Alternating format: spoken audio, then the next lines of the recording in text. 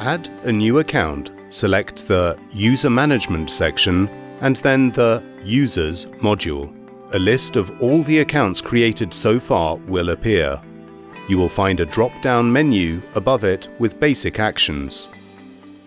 Expand the menu and select the Add User action.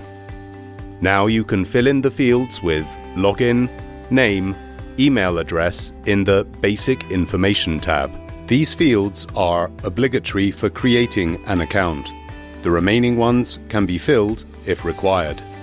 If you want to, here you can also define whether to send an activation link or if the account is to be active straight away.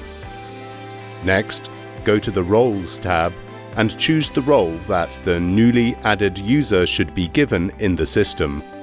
Also, indicate which structure to assign them to. Finish creating a new account by clicking the Save button. The user account has been added.